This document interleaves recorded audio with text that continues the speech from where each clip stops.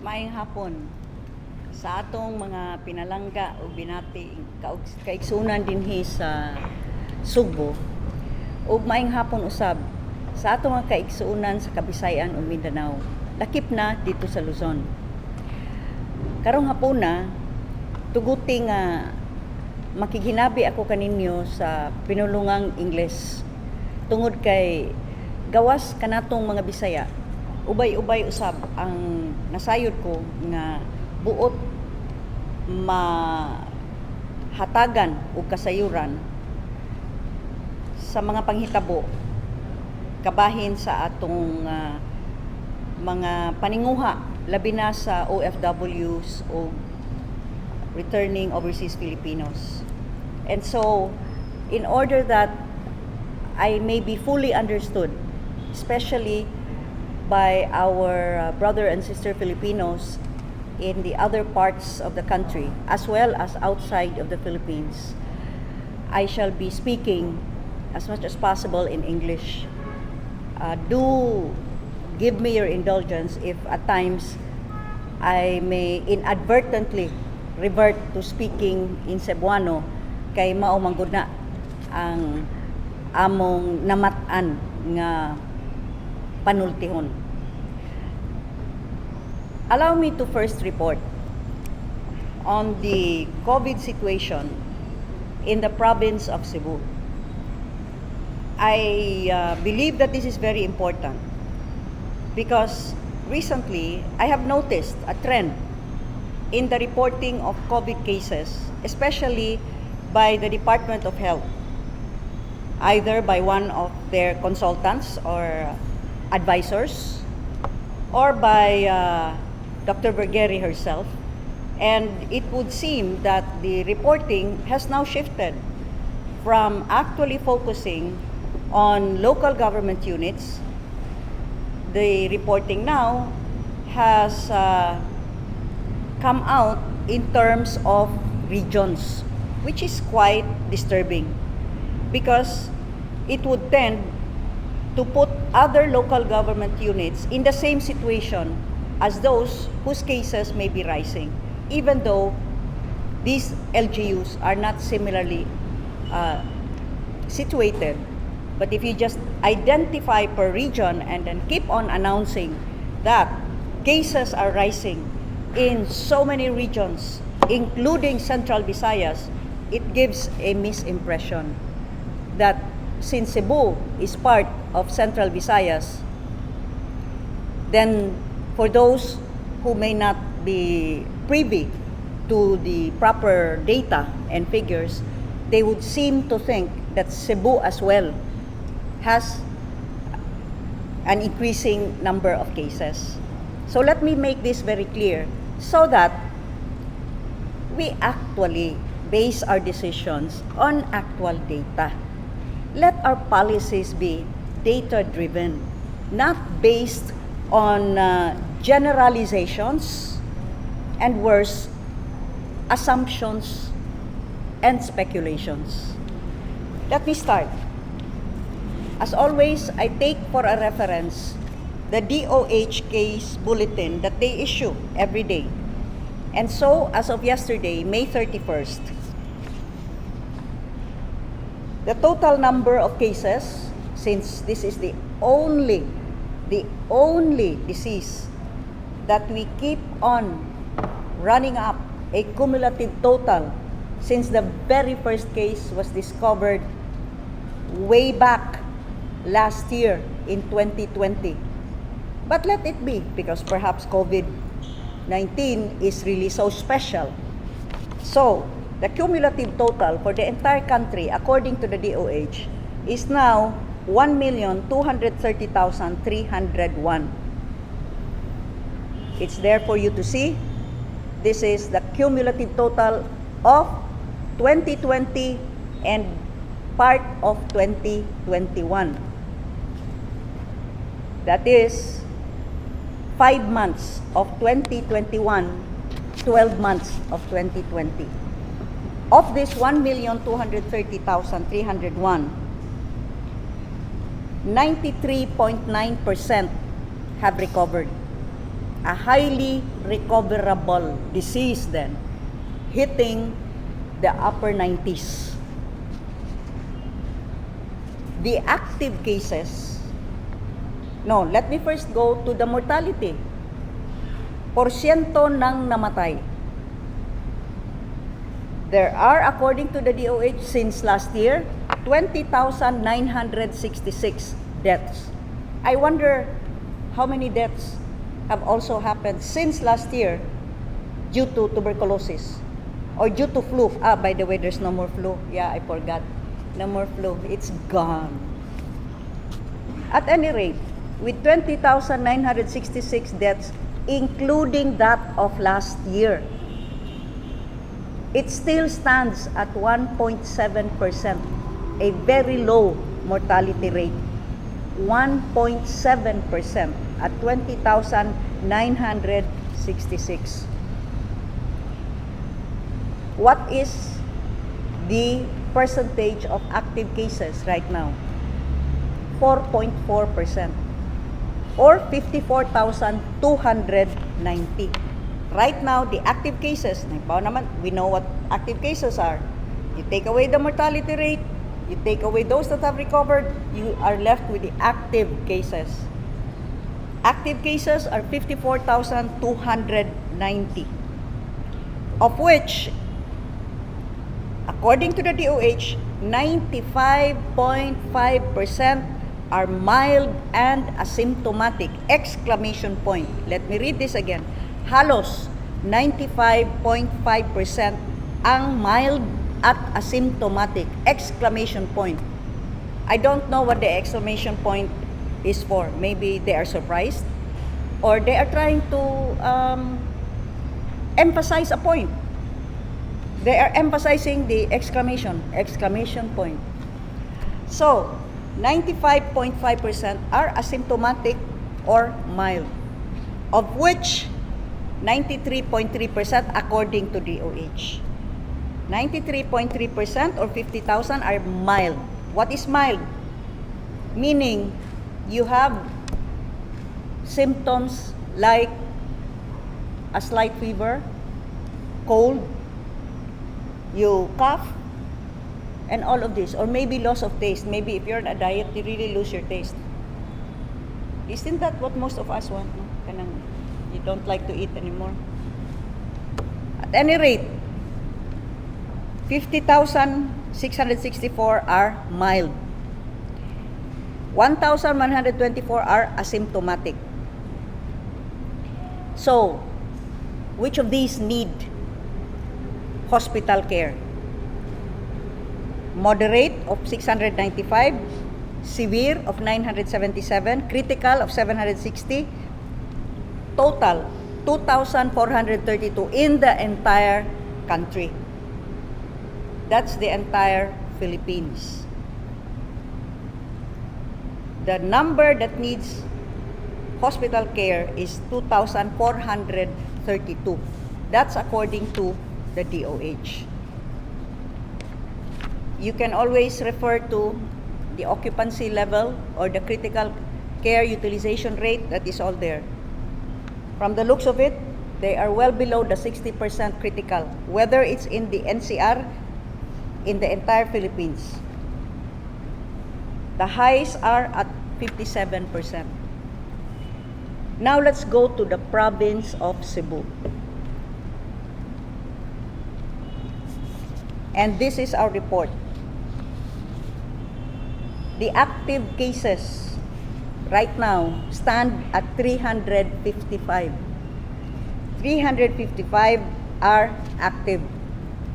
The asymptomatics are 53.3%, much higher than the national DOH tally.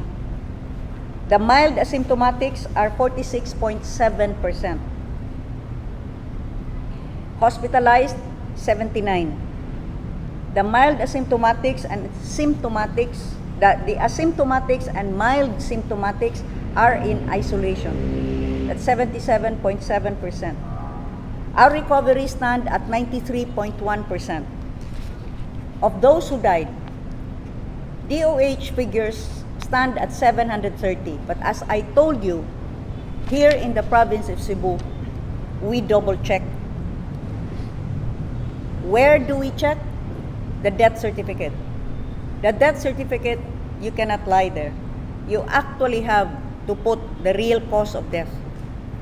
And in the province of Cebu, of the 730 deaths, 533 are incidental findings. What does this mean?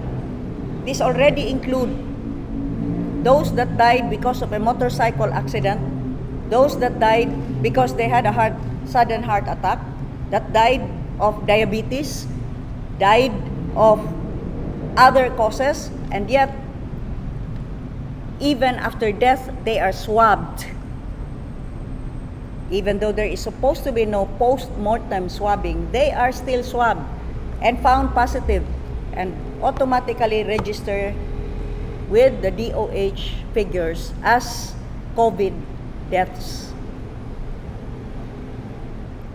Well, we all know how huge the sums are for COVID cases in terms of PhilHealth payments. As high as 750,000 for critical COVID, 400,000 for mild to severe, 160,000 for COVID suspect. Do you know how much the PhilHealth reimburses for another disease that is just as infectious? It is also airborne, and it can take you 3 to 6 months to recover. It does the same damage to your lungs. Do you know how much PhilHealth pays for this disease? Which, by the way, I'm referring to tuberculosis. PhilHealth pays only 4,000 pesos. So there is no incentive for other diseases. It is COVID-19 that is highly incentivized. But we insist in the province of Cebu that we report as accurately as possible. And that is why, of the 730 deaths, only 184 are confirmed COVID. This 184 corresponds to a low 1.2% fatality rate. I understand that there were attempts yesterday in our meeting in Malacanang to present some figures trying to prove with their figures that we have a high fatality rate in the province of Cebu. However, somebody else pointed out, look, you are not presenting the province of Cebu. The province is different from another city. And so they were unable to present it. Well, here, I shall present the actual status of the province of Cebu. I know that some of those whom we met yesterday were trying to claim that we had a much higher fatality rate than the national average of 1.7.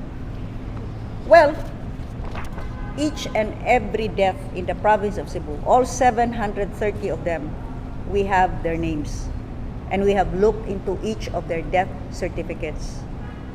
Because, you know, we do validate our figures here in the province of Cebu. And so when I say that of the 730, only 184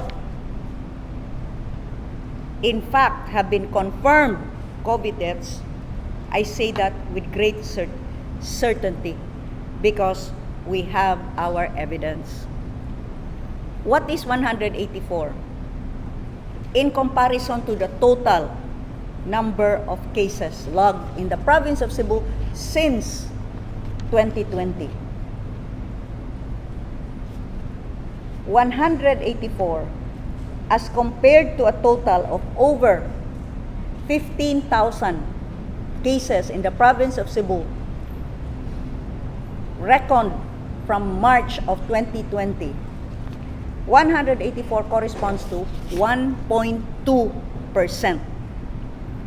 1.2%. Please take note. You may contest that. You may debate with that. We are more than willing to show you our evidence and our methodology at arriving at this number. So, you are welcome to challenge that. But unless you can, with your own verified, validated figures, then this stands. This is 1.2% of the total cases. So, from January 1 to, in 2020, we had a total of 6,982. From January 1 to May 30, 8,689, or a total of 15,671 cases. Total number of deaths at 730, and recovery stand at 14,586. You want to see the graph? Since our first case logged sometime in April, on a weekly basis, these are the number of cases that we got, or positive tests that we got on a weekly basis since 2020. From April 26 to April 31st of 2020, we had 3. It went up to 28, went down to 12, went up to 18, until we reached a peak in 2020 from June 29 to July 5. No, on July 6 to July 11, we reached a peak at 499. And then steadily, it went down. There's a sudden spike, and then it goes down. The lowest that we logged was in 2020, December 20, in the week December 20 to December 26, where we got only 21 positive cases for that week. Thereafter, again, the cases started to rise, and we peaked at 735 sometime February 28 to March 6 in 2021. And then we again started to decline in the number of cases, where as of May 30, in the week of May 30 alone, we have 24 cases. What am I trying to say here? This is the nature of the disease. It goes up, it goes down, goes up and goes down. But it shouldn't mean that every time there is a spike or a surge, we immediately lock down. Because lockdowns don't work. They just aggravate the situation. And at this point in time, after more than a year, further lockdowns will just further devastate an already devastated economy. And who are going to suffer most? Not those that make their hypotheses and come up with their figures in the clinic. Clinicians who now hold power over people's lives with policies that they just come up looking at figures. It is actual people. It's the people who suffer. Because every number that you log or you try to analyze in terms of what? In terms of increase or decrease, each number corresponds to a person. A person who can suffer if policies are not tempered by our sense of humanity and our sense of reality. Because that is most important. You have to have on-ground experience. You have to be in actual interaction with people, the people whom these figures represent. My point here is, cases may go up and may go down. It is not so much about achieving zero COVID.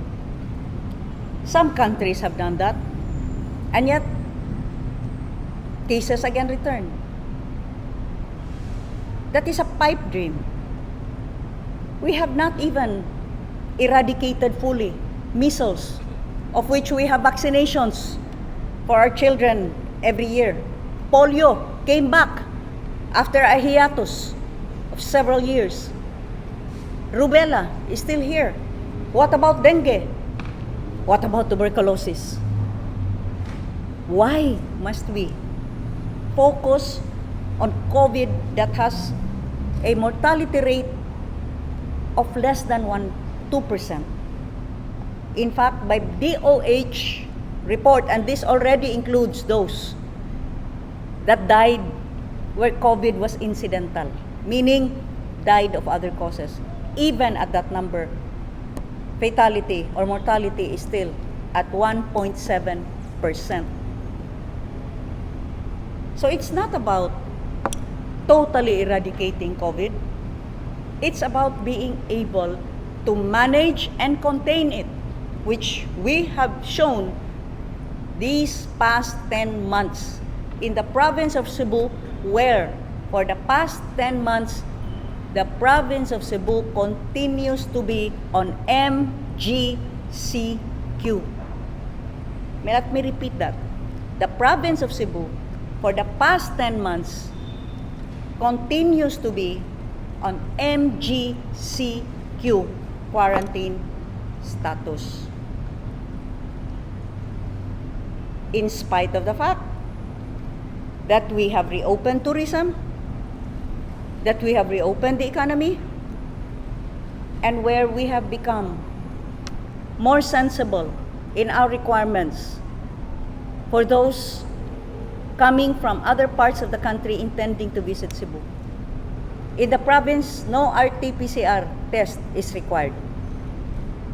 We only require a valid medical certificate and symptom screening at the point of departure and arrival, and then observe our minimum health protocols here in the province. Have we experienced an uncontrollable surge? I would dare say not. Yes, we have had spikes and then the attendant decrease. In spite of the fact, think about it, while others would resort to immediate lockdowns each time there is a surge or an increase of cases, we have not. And yet, if you look at our graph, it continues to go on an up and down basis.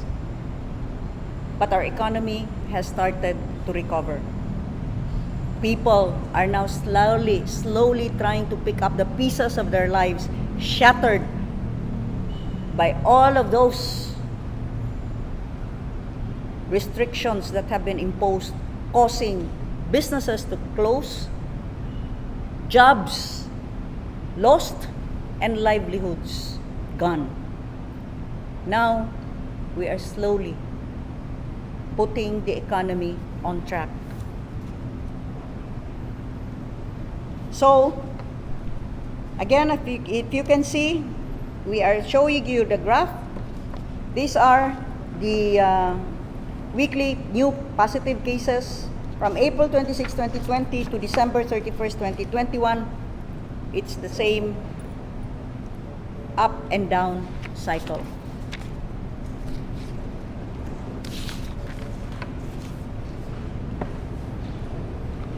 That was for April 6, 2020 to December 31, 2020. And now you have the January 1st to May 31st, 2021 with the same. Let me take special note and call your attention to, as of May 30, we had only 30 new cases. 24 new cases. And so far as active cases are concerned, active. We peaked in 2020 at 1,530 sometime June 15. And then they started to go down. We peaked again in 2021. We went down to 63. By December 37 to 31, we went down to 63 active, meaning minus the deaths, minus the recoveries, active.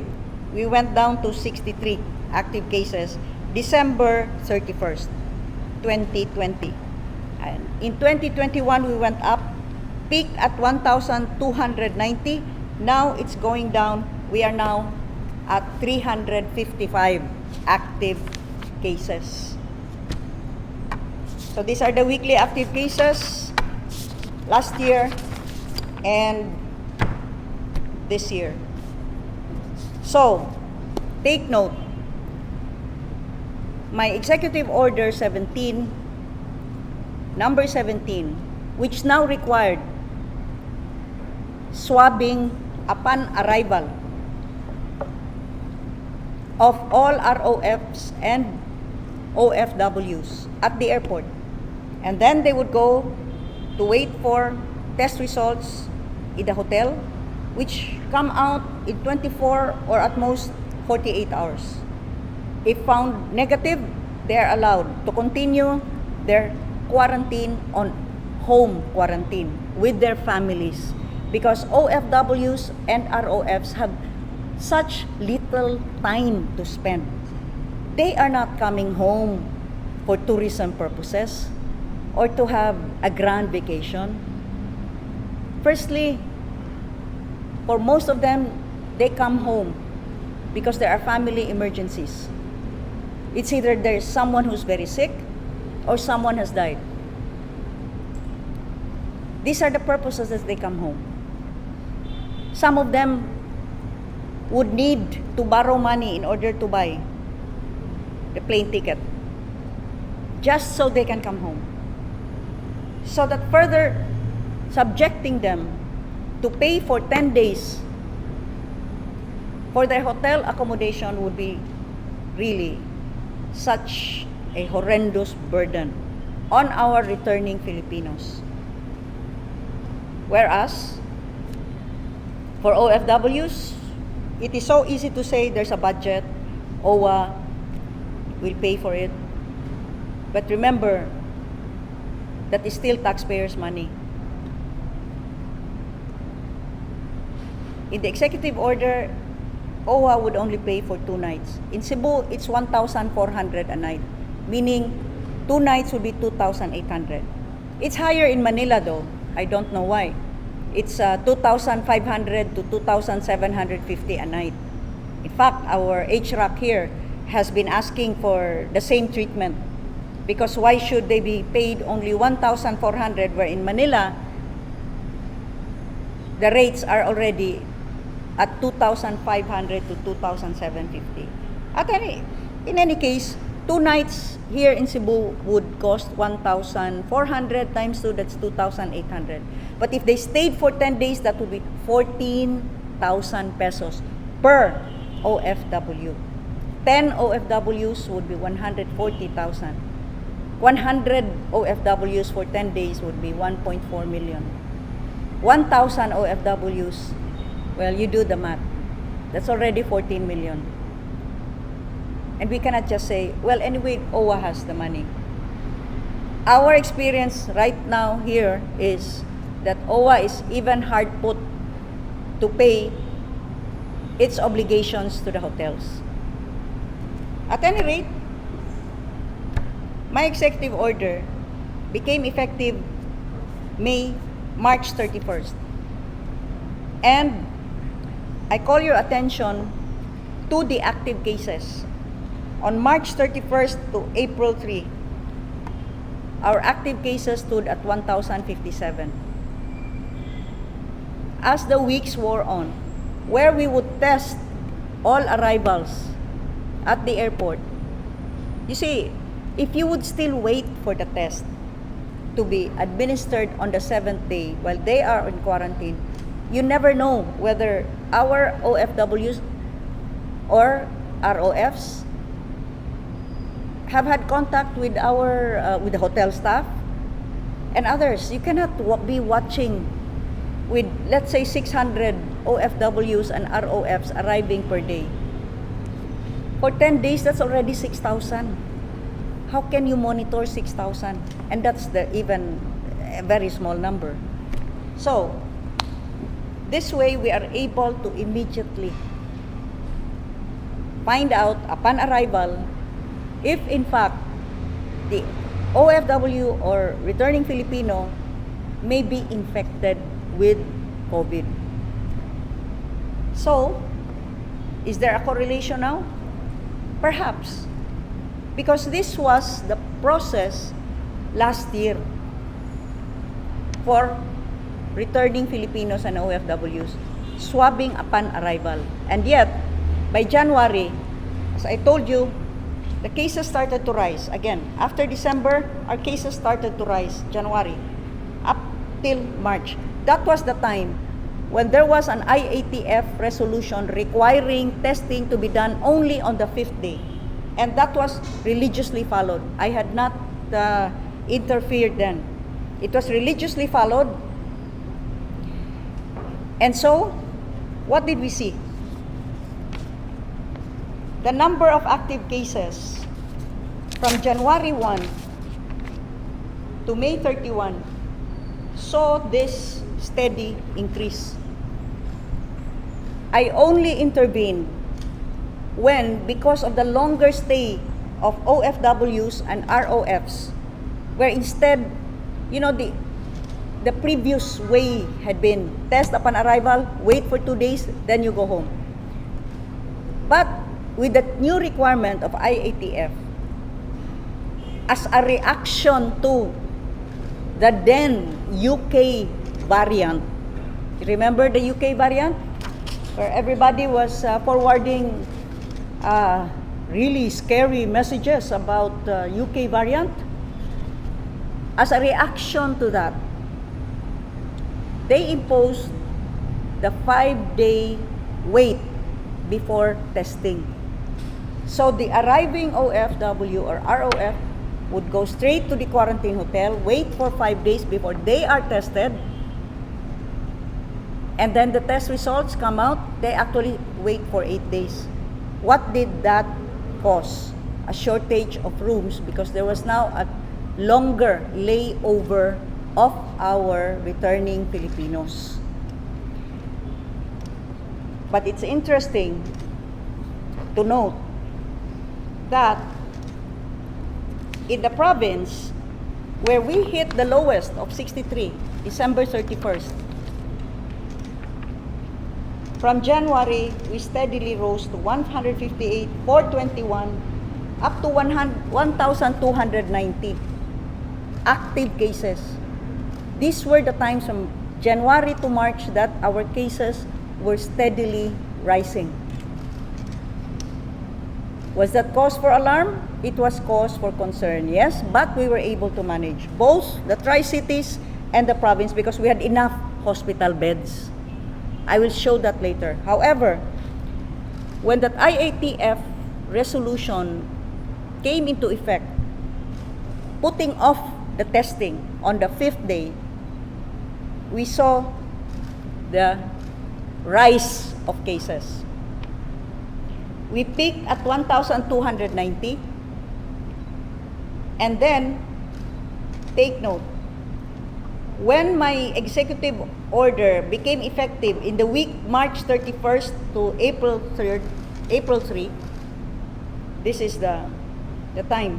In that week, slowly our cases started to drop.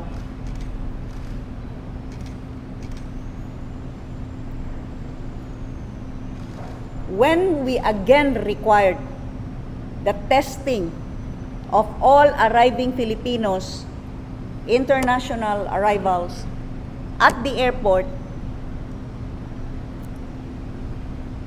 our cases started to drop.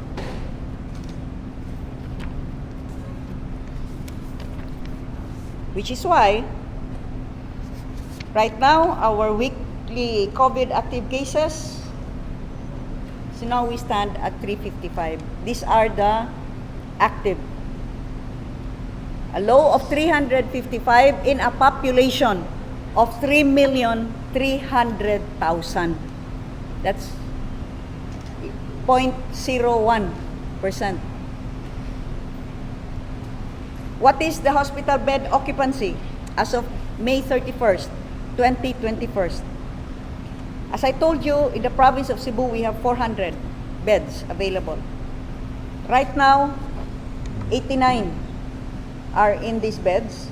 43 for COVID, 35 for ILI, 11 for SARI. So we have 311 available beds, or occupancy of our hospital beds stands at a mere 22%. This is for the information of those that really wish to put down Cebu but you do not have the right data.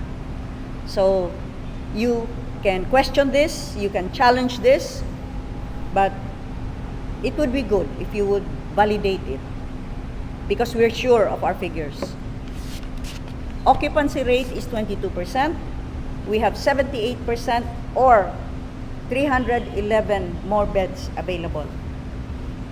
In the isolation centers, we have 2,494 available beds.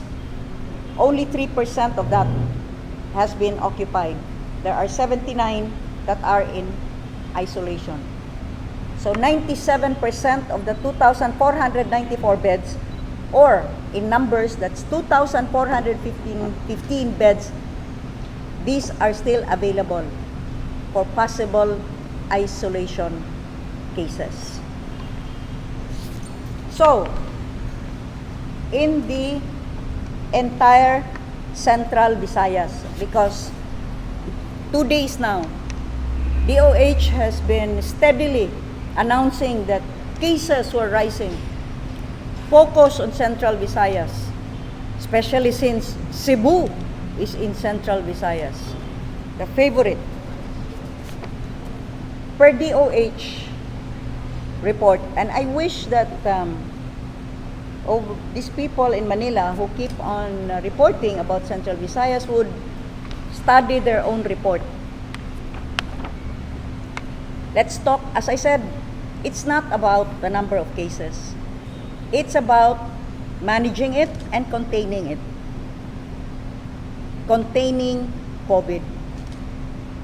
In the entire region Visayas, Central Visayas, there are 60 facilities with a total of 2,127 beds. Occupied are 656, vacant are 1,471. So you have the breakdown on the other side of how many are available in terms of ICU, isolation, and ward beds. That's Central Visayas. So in spite of the repeated warnings now coming out, which now sound rather suspicious, that Central Visayas cases are rising, bed occupancy, or what you ought to know, as the critical care unit rate. Bed occupancy still stands, by your figures, these are DOH, not ours, by your figures, Central Visayas bed occupancy still stands at 30.8%. What do you define as critical when 85% of that is already occupied? You define it as high risk when 70% are occupied. So, we stand at 30.8. Safe pa siguro na, Dale, no? Ha? Do you think? In Central Visayas still, and let's talk of Cebu Island, meaning the 44 towns, the 6 component cities of the province of Cebu, and the tri-cities of Mandaue, Lapu-Lapu, and Cebu City. What is the situation in terms of critical care. There are 36 facilities in the island of Cebu alone. In the 36 facilities, there are 1,515 beds available, of which 332 are occupied. Therefore, 1,183 are vacant. Therefore, in the entire island of Cebu, bed occupancy stands at 21.9%. You can check this, you can challenge this, but we stand by this because these are verified and validated. That's the way we report, and that's the way we make policies. Validated, verified, data-driven. What is the status in Bohol?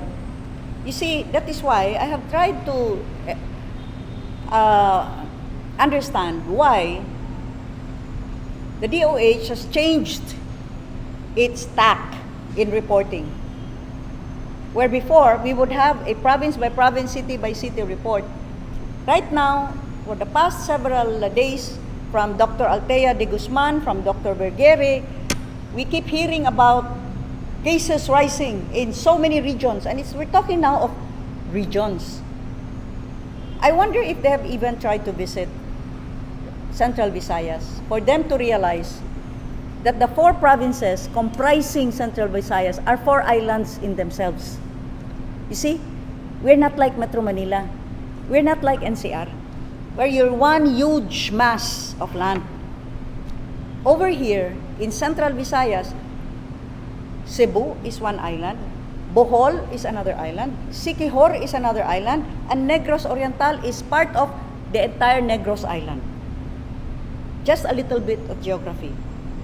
Because then, you see, I know that some of you have been pushing for a whole of nation approach where one policy should apply to the entire Philippines. Please understand that we are not the same, nor are we similarly situated. Some of us are islands, some of us are landlocked. Some of us perhaps have learned from what we've gone through this entire year of having to grapple with this challenge, this COVID-19 challenge, and have instituted practices and procedures that now, by actual data, have been shown to be effective, while others, well, they have their own fears and their own analysis. We all analyze anyway. Give us that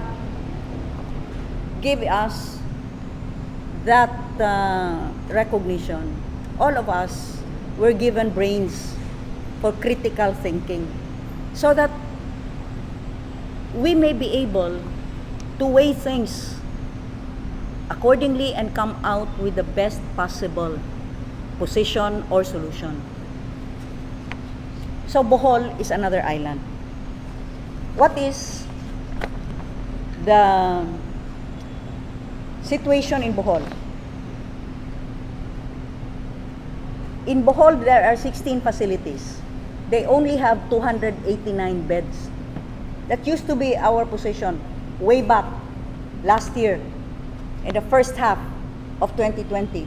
And that was when the city of Cebu reached critical levels of bed occupancy because they had very few beds.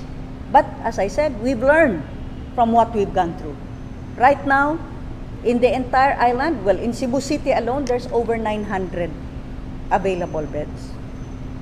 So in Bohol, bed occupancy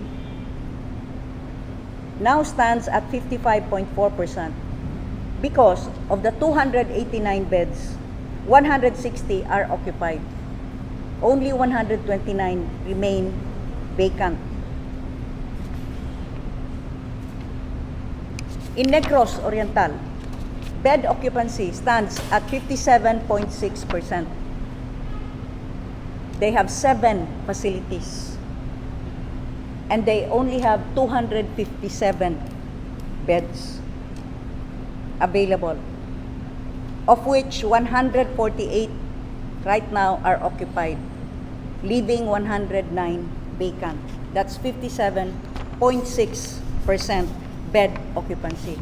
Let's not talk about Siquijor, because it's either they have 1 case or 2.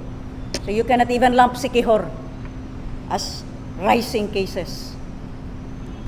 But you compare the island of Cebu's bed occupancy at 21.9%. Bohol stands at 55.4%, and Negros Oriental stands at 57.6%. Obviously, there is a huge disparity in numbers between the island of Cebu and Bohol and Negros. So please do not lump us all together into one Central Visayas region and stating that cases are rising in Central Visayas, because you see, that is not entirely accurate nor honest. That's intellectual honesty, because while Negros and Bohol, that's intellectual dishonesty. Because while Negros or Bohol are indeed part of Central Visayas, but so is Cebu and so is Siquijor. And cases are not rising in Cebu nor in Siquijor. Let's not try to gloss over very, very important facts in the hope that Cebu will be carried along with this misimpression that in fact the entire Central Visayas cases are rising in the 4 provinces. Please refer to your own figures. Bed occupancy in Cebu is not even 1/2 of the bed occupancy for Bohol and Negros Oriental. Because, why do I emphasize this? It's about management. Even if, okay, cases would rise, do we have enough beds? That's what we should keep on repeating. It's not about counting cases. It's about managing the cases and containing it. Over here, we have that system in place to immediately trace and isolate. We're doing that. That's why perhaps Cebu continues to be a success story. Perhaps to the chagrin of some who wish to continue this fear pandemic and continue to pound on their justifications for lockdowns. What is the ranking? This you better see. This is from DOH. As of May 30, DOH.gov.ph, COVID-19 tracker. Now, I wonder, no? You have this, DOH. By city, you have this ranking, by city and province. And yet, when you make announcements, you make sweeping announcements, lumping everything into regions. That gives a misimpression. It's the same way as saying, we now have 1,200,000 cases of COVID in the country, in the Philippines, forgetting conveniently to say, however, 94% have recovered. So you might think, oh, there's over 1 million now that are positive with COVID. Their hospital system must be overwhelmed. Conveniently, not mentioning that right now the active cases stands at only over 50,000, of which 94% are asymptomatic or mild, exclamation point, according to DOH. So you see, in the papers, what lands there are the statements that cases are rising in Central Visayas. Okay, then let's use your own COVID-19 tracker. The top city or province, number 1, in terms of 100,000 population, let's have a sense of scale. Because you cannot say that if you have 100 cases in a city that has a population of 10 million, that would be the same as 100 cases in a small barrio with a population of 200. You get my point?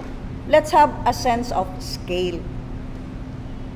So we have here the total population, the total number of active cases, and what is that in relation to the population. We did our own calculation. So the city of Makati, with a population of 582,602, has 844 cases, or equivalent to 1.57% of their population. Per 100,000, there's 145 active cases.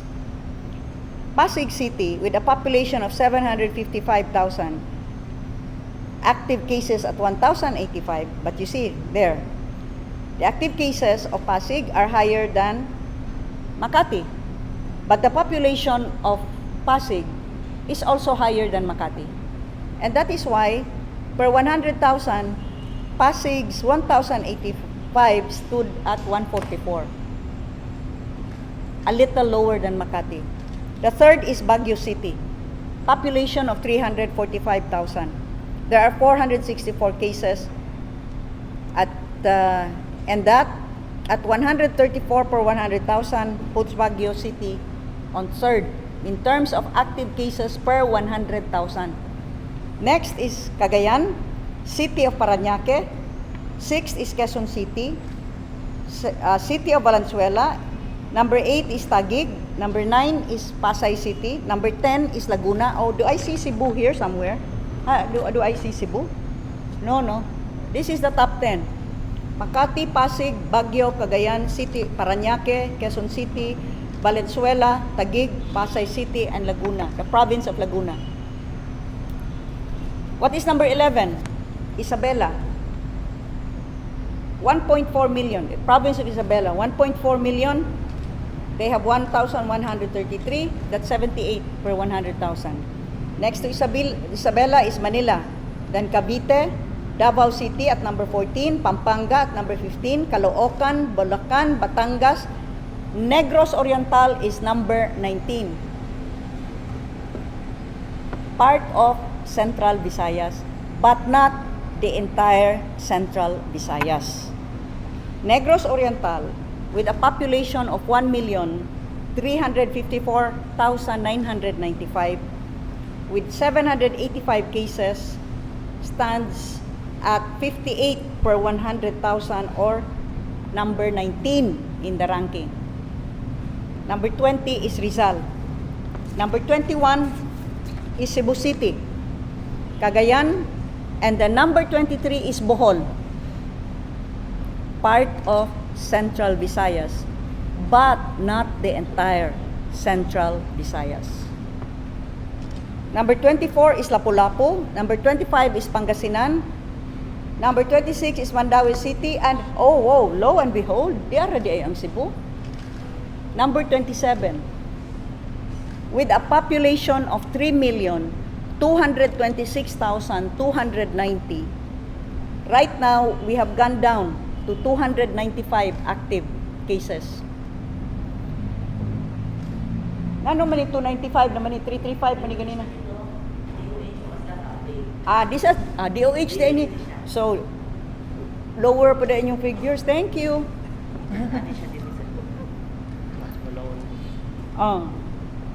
So at 295 DOH figures ni.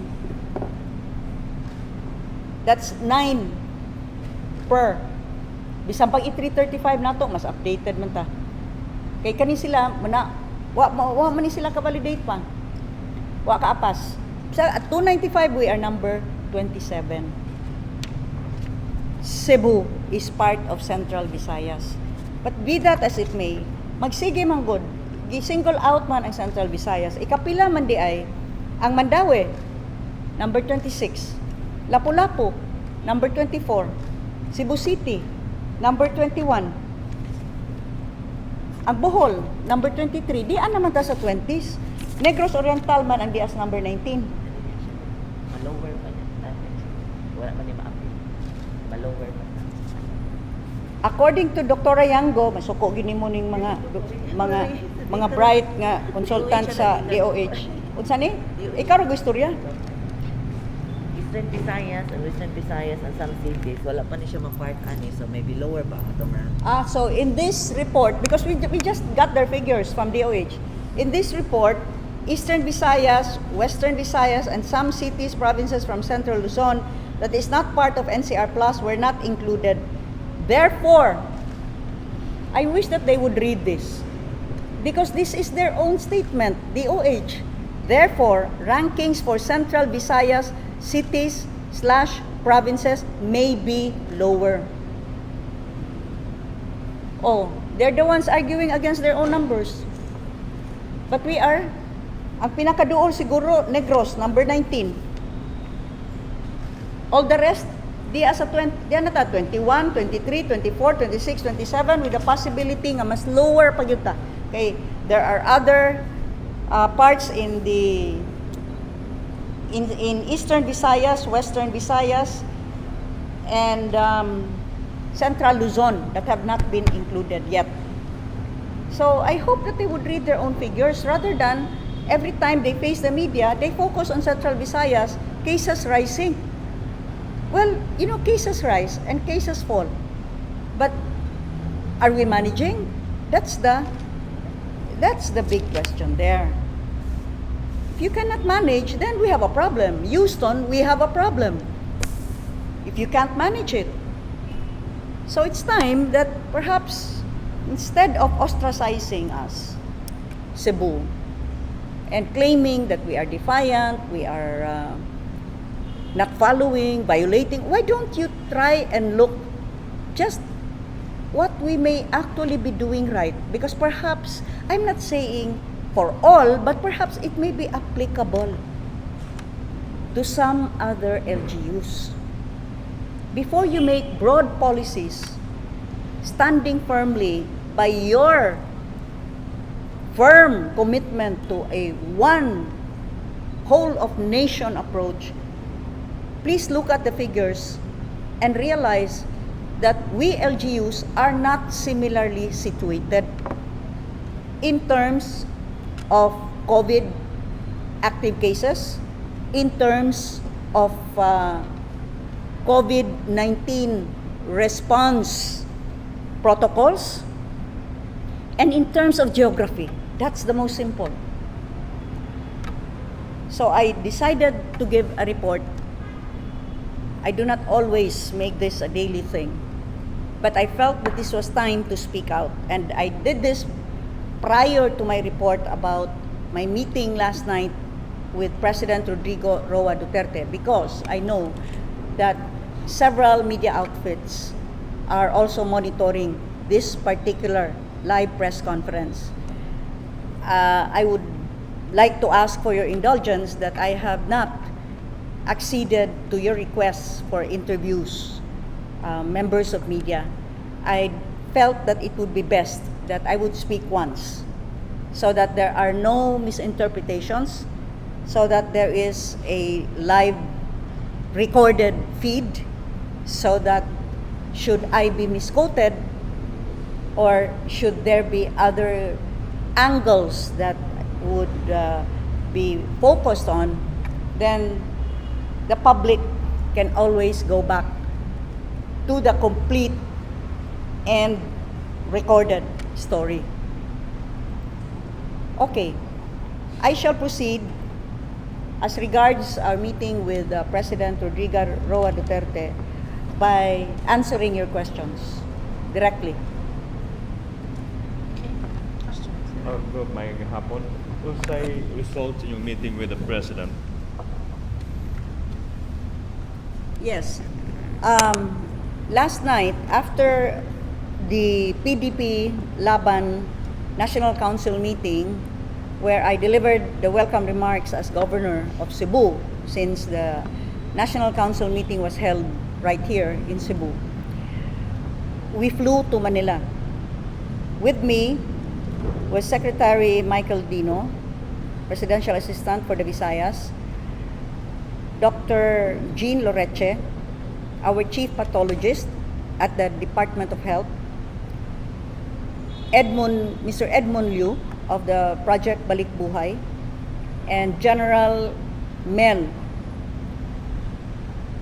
Feliciano of the Chief Implementer for the Visayas. And we reached Malacanang at around 6:06. We had to subject ourselves to the health protocols such as the rapid test and all. So we finally saw the President at around 7 in the evening. And he was accompanied by Secretary Anyo, Secretary Duque, Secretary Harry Roque, Secretary Delphine Lorenzana, and Secretary Galvez, as well as, of course, Senator Bongo. And the President stated that it seems that in Cebu, you are not following the IATF guidelines. So what is this? You have to follow. Although, on the same breath, he also said that I do recognize the help of the local government units in the implementation of policies, and it is the local government units that are actually on the ground. The President, having served as mayor himself of the city of Davao for 27 years, I know that local governance is close to his heart, and he understands how it is running a city or a province. So I explained. I believe that for most of our fellow Filipinos, you are already aware of the difference. But for those who do not, may I repeat, EO 17, subsequently supported by a provincial ordinance, states that upon arrival, ROFs and OFWs are swabbed, and this is what I told the President, and then they are brought to the hotel. They wait for 2 days. For Cebuanos, if they are tested negative, they go home to their LGUs, and they are swabbed again on the 7th day. They continue the required 14-day quarantine at home. For non-Cebuanos, we ask them to go back to their own provinces, where they shall subject themselves to the health protocols of that particular province. I said that we have not, the way I see it, Mr. President, we are in fact innovating to make it more effective for us. I also pointed out that we saw a steady increase of cases after the 5-day testing rule was implemented, where the returning Filipinos would first be brought to the hotel, and they would only be tested on the 5th day.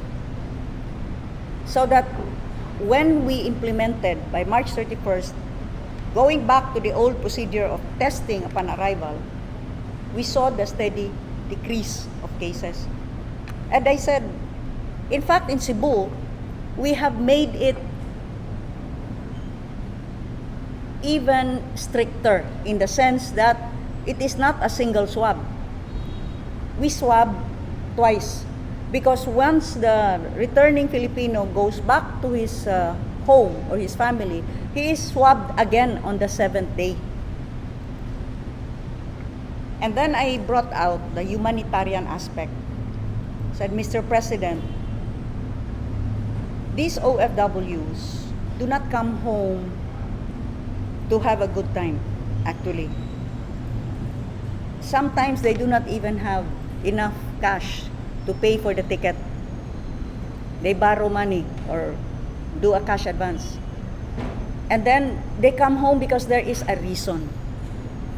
It's in times of emergency. It's either that there's a member of the family who is very sick, or someone has died and they're just trying to come home to pay their last respects and say their last goodbyes. We have to look at the humanitarian aspect here, because I know how much you love the OFWs, who we all agree are our unsung heroes. They work abroad, they go through so much hardship in order that they may make the lives of their family a little better. And in fact, they are the pre-COVID, they were the single biggest dollar earner for the country. Now, while this new policy would put further strain on the OWA, because instead of paying for 2 days, this policy of IITF requires a 10-day stay in the hotel, which means that would multiply by 5 the cost. Worst is the strain on returning Filipinos where there is no OWA. And they would have to pay. And they will not be paying the discounted rates of OWA. In Cebu, it's 1/4. But they would have to pay the standard hotel rates of 3,000 to 5,000. So 30,000 to 50,000, you know, that amount of cash can do so much to help their family, and yet they spend it in the hotel. I could see how the president really felt for the OFWs and the returning Filipinos.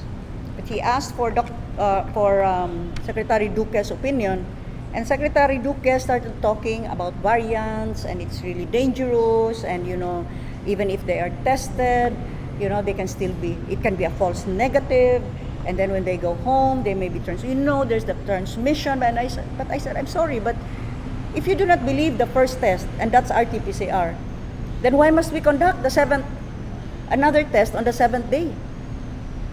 What makes the first day test different from the 7th day test? If you do not believe that if a person is negative, that is possibly false negative. What about on the 7th day? Well, you wait for that stretch. How do we monitor these returning Filipinos? We do not have enough hotel staff. How do we know they will not have interaction with hotel staff? And if they're in fact infected, they could already cause what you are afraid of, transmission.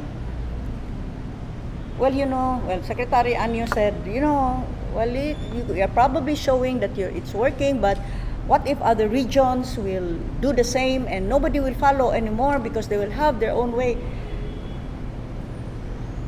Well, my answer to that was, shouldn't it be the other way? Like, if you see something working, wouldn't it be worth it to study it? And perhaps find out why it's working? And see if this could perhaps be applied to other regions? If you were to be very, very strict about it, we are only arguing about the hotel stay, which is a heavy financial burden and a heavy emotional burden on our both OFWs and ROFs, away from their families, especially in times of emergency, the very reason why they came home.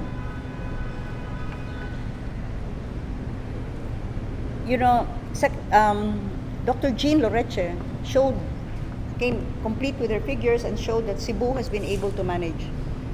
The variant that you had first segregated as P.3, which later on they called the Central Visayas variant. We are so special to them, really. Very special. In other places, it's called the UK variant, South African variant, it's called now the Indian variant. But in the entire universe, there is only one regional variant, and that's the Central Visayas variant. Because they were saying, this can be like Indian variant and all. See, Dr. Jean showed that we have been more religious in sending samples. And in the samples that were sent, there was only one that was really confirmed as a UK variant. However, we were able to show that testing upon arrival showed a 0.30 positivity. So that 0.30 were found to be positive. You see, if we were only test them in the 7th day, what would have happened?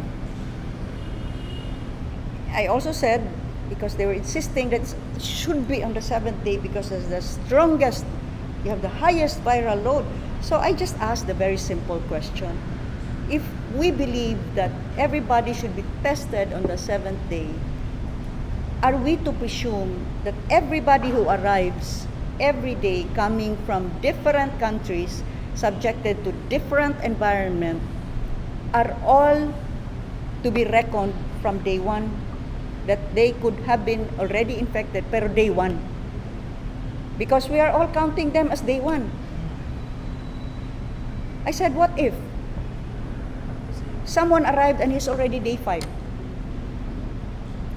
But we did not test him because we'll have to test him on the 7th day. By that time, he would have already passed his highest viral load, and he could already have been talking with the hotel staff, or for all you know, might have escaped from his hotel room to go to his family. I mean, these are just very simple questions, but they say that our science tells us that, it should be done this way. So Dr. Loreche said, because Secretary Duque emphasized to the President that, variants might be very highly transmissible and very lethal. It could be, very virulent. So it was Dr. Jean Loreche who said, viruses mutate all the time, Mr. President. That's the nature of the virus. And that is why there will always be several variants. Variants. And that it is all about being able to contain and being able to manage.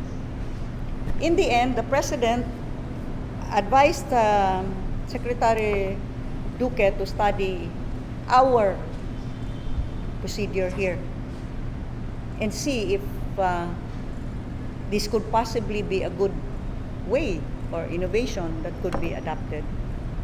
Secretary Duque at first said that, yes, we will discuss this, but or words to that effect, that our minds are made up. So the President had to repeat to study. So they were given until Thursday.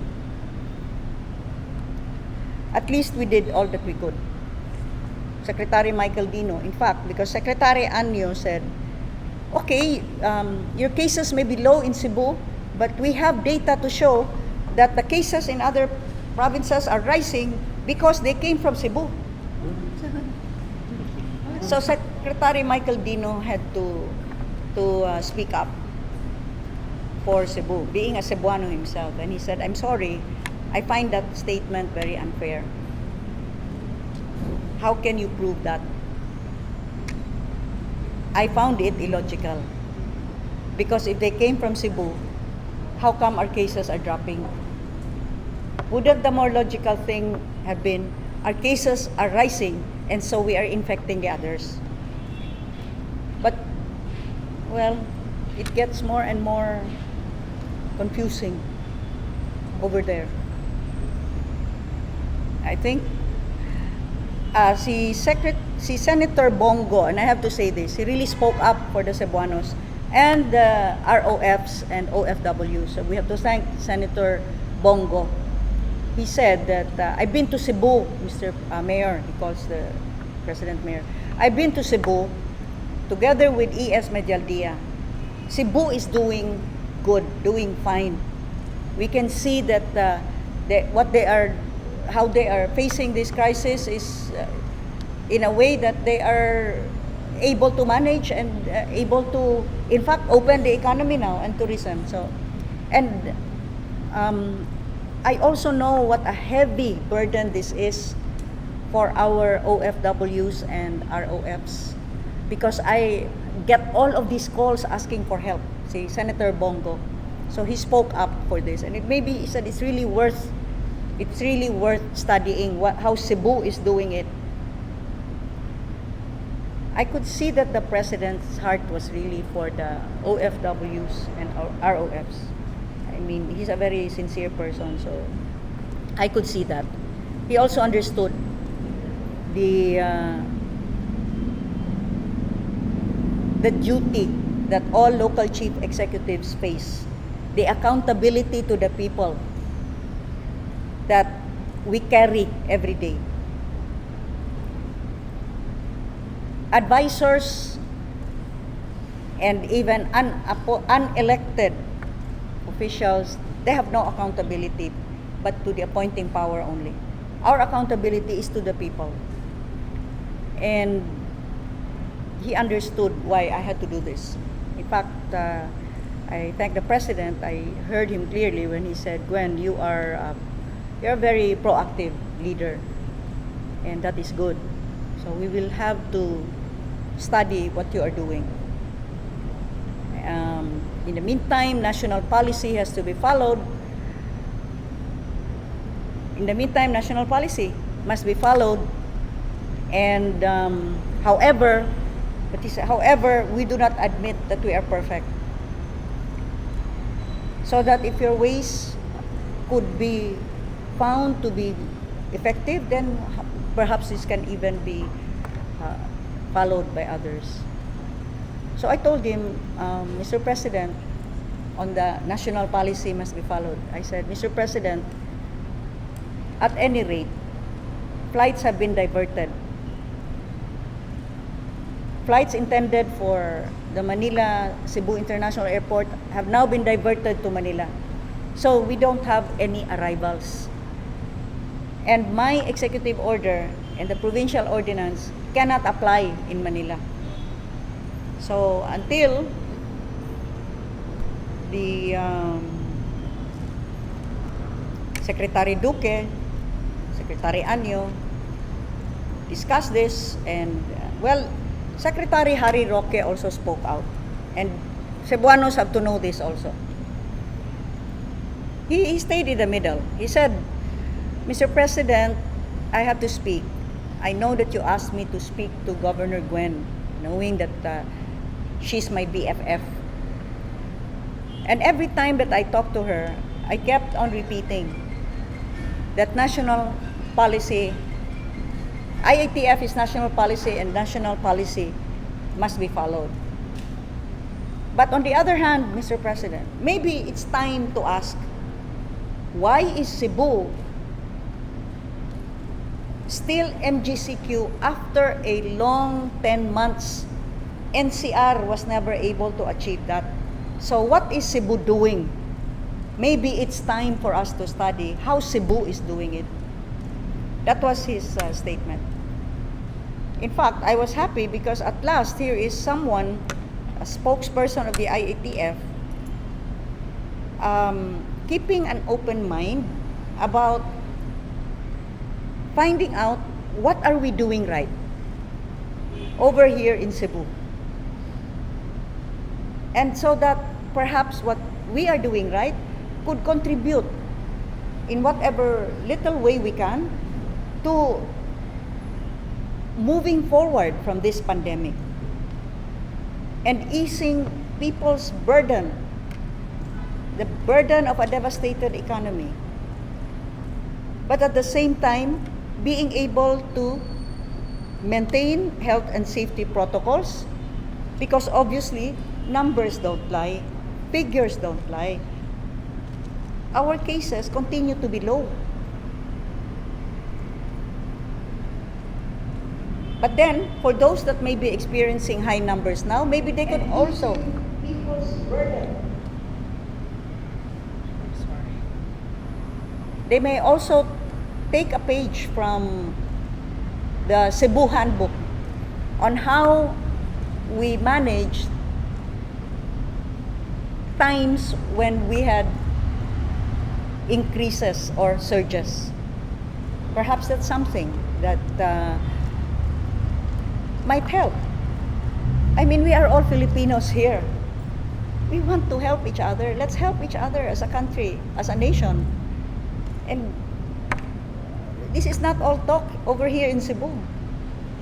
This is all supported by validated, verified, irrefutable data.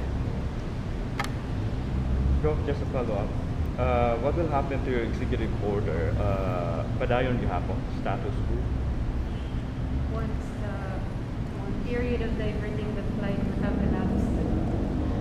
You know, I never answer speculative questions. You know that. You know me better than that. So I am reporting to you on what is. I do not want to be those that I have recently criticized, that they have with their hypotheses come up with policies that severely burden people because they have based all of this on their presumptions and speculations. Could they at least give a say as to when they would have the final say on it? He was given until Thursday. Si Secretary Duque. In fact, the President repeated that. So doon na ba yung meeting na hitabo ko with Secretary Doki and you? No, I don't know. He said he will confer with his advisors again. The ones who are calling us Central Visayas variant and who keep on hammering the fact that cases in Central Visayas are rising. I just want to make it very clear to the rest of those of you who are listening right now, who are watching right now, Central Visayas, I repeat, is not just Bohol or Negros. They are part of Central Visayas. But so is Cebu, and so is Siquijor. And the 4 provinces are 4 separate islands.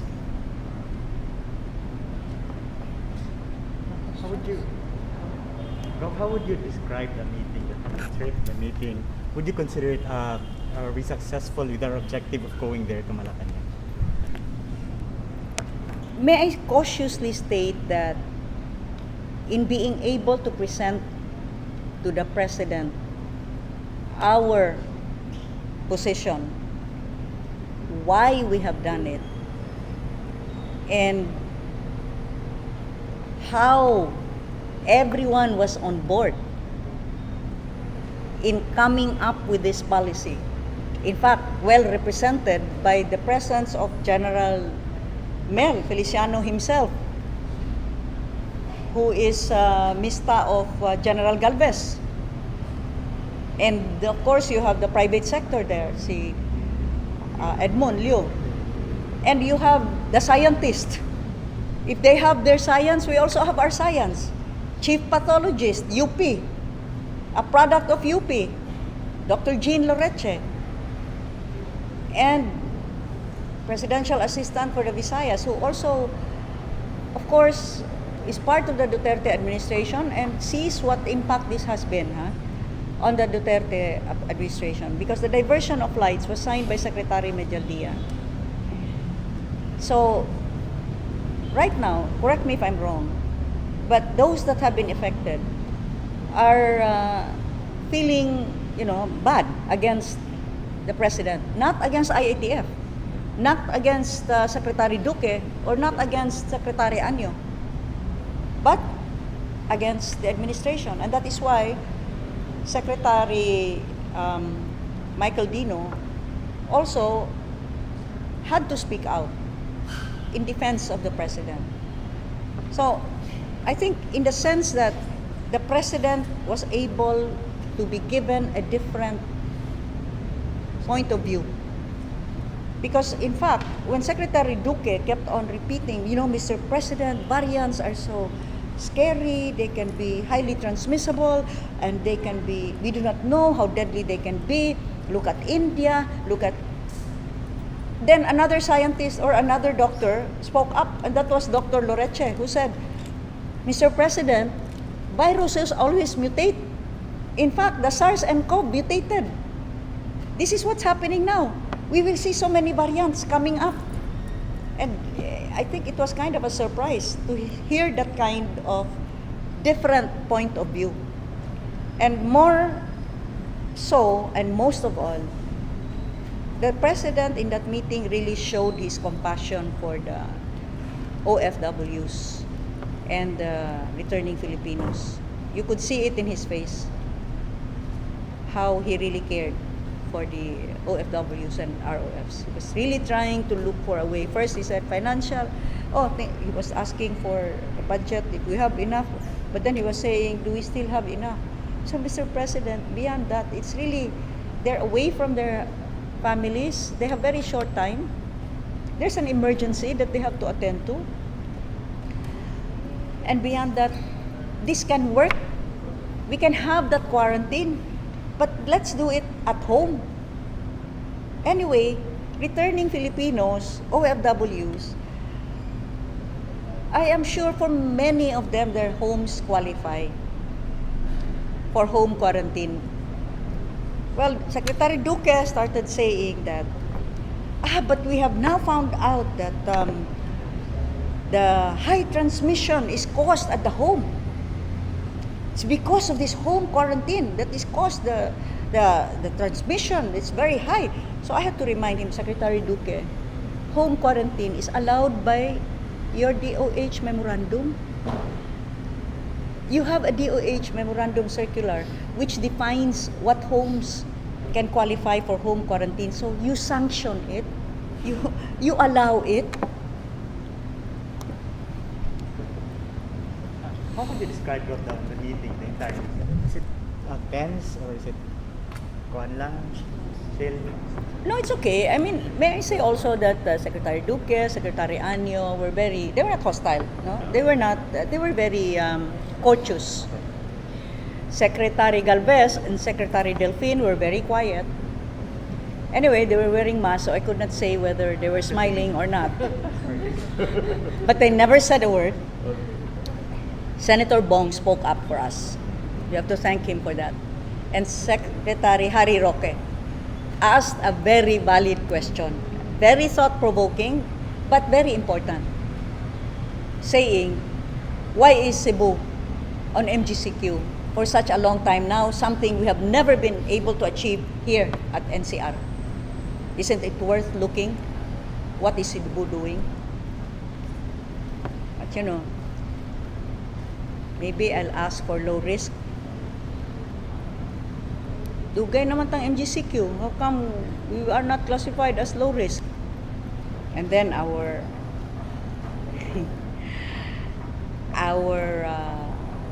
fans in Manila will say, no, MGCQ. Mga mag low risk, MGCQ. Low risk lagi ta, dili MGCQ, MGCQ.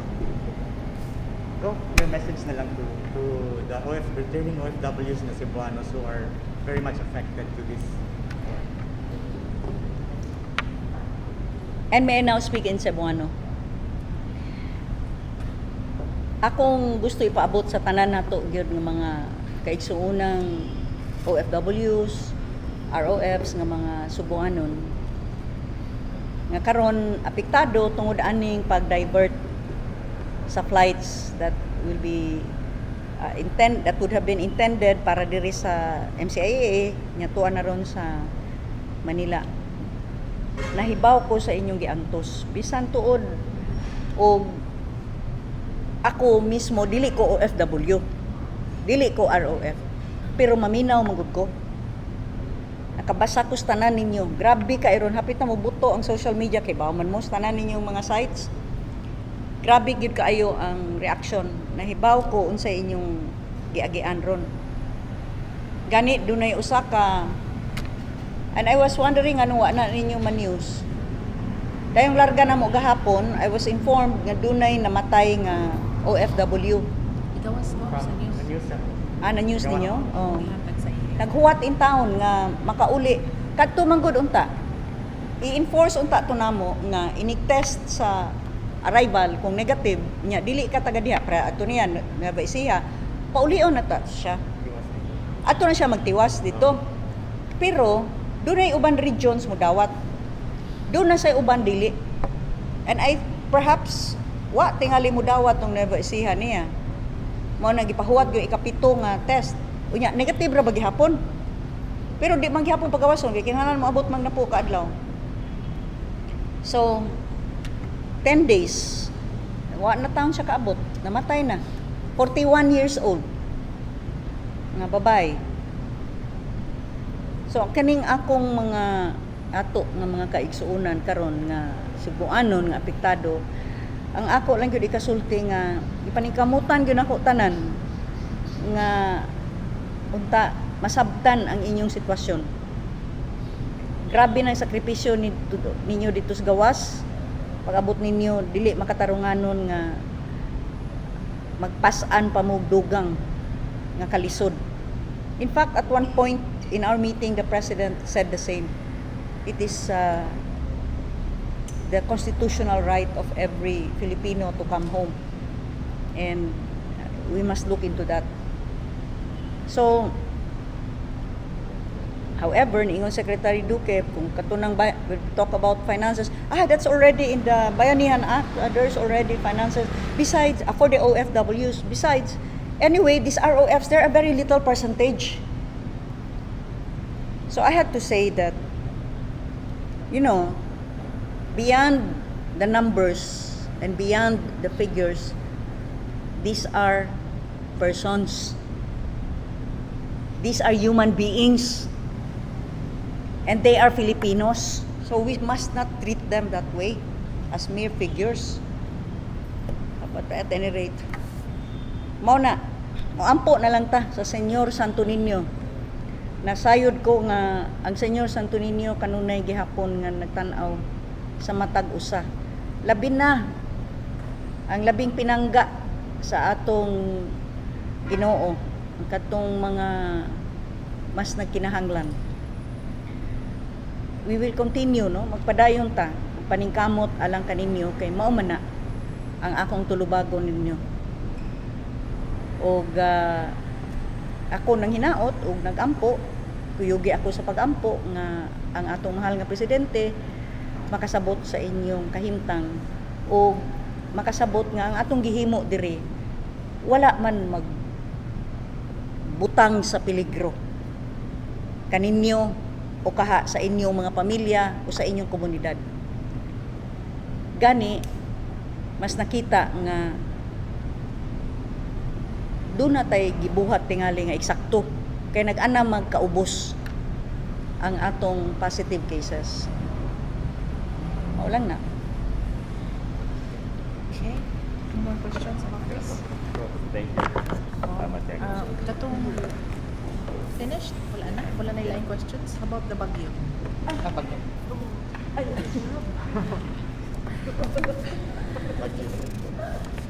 Okay, questions about you.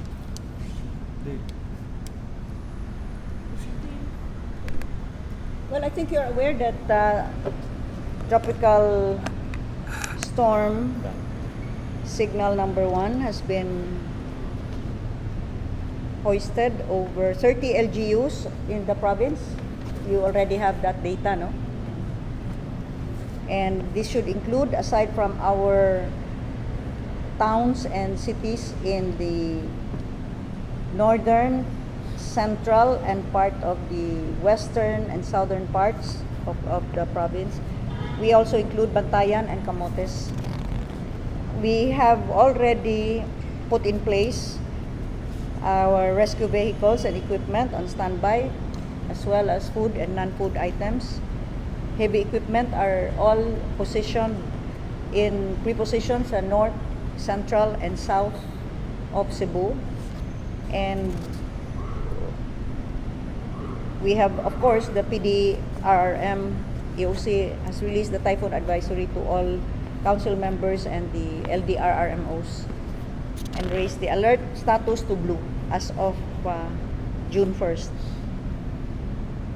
Ang affected lang sa pagkakaroon due to the cancellation of mga trips sa barko, stranded passengers. We have 290 at the Danao port and 50 at the Agnaya port.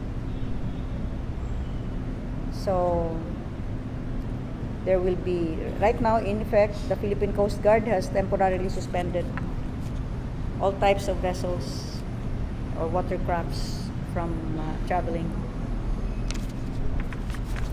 Do you have any reminder sa mga Subuanon, hilabi na nga if we observe sa mga niagi nga mga bagyo, even though the PDRMO and mga disaster personnel kept on reminding, especially those fishermen nga di gid managat still naagi mo. So why yun? Para mas kunin mo. Ikaw ha, sige ra kay. Nangita lang gyud ka issue. I think that by now, we are not the country that we were mga 5 or 6 years ago, no? Tungod kay giagian ta pirmi aning mga bagyo, labi na ang katong grabe kayong Yolanda, unya uyog pa kitag earthquake. I mean, the disaster response management systems are in place and people are more aware. And we always have, province can only do so much. It's really the LGUs. It's really our mayors on ground level and their local disaster rapid response management office. And that's all in place.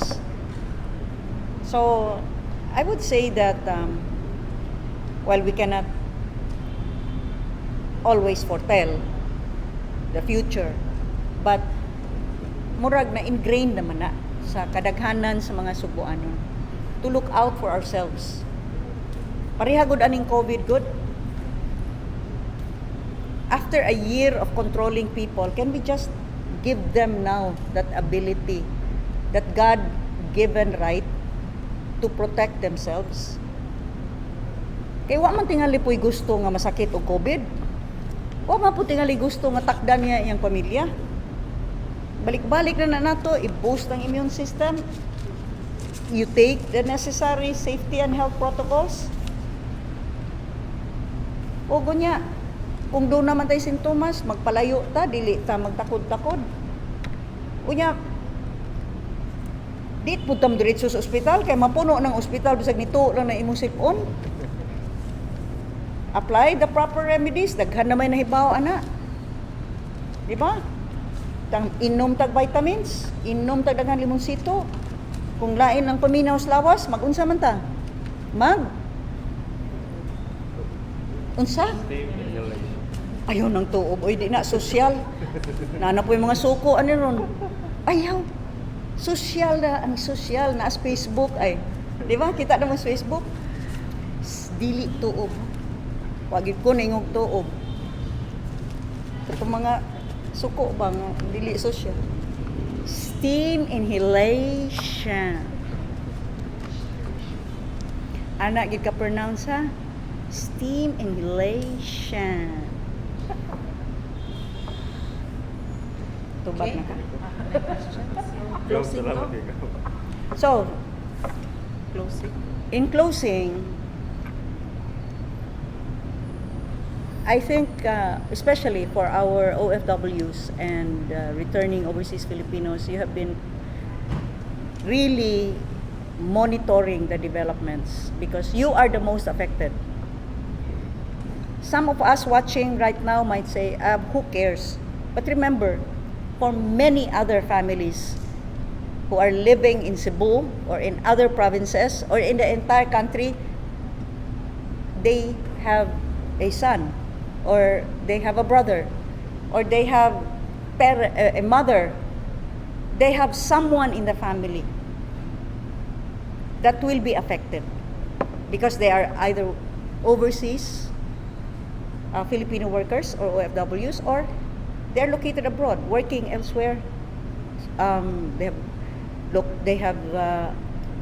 are now living there, but they'd like to come home at certain times. So many Filipino families are affected by this.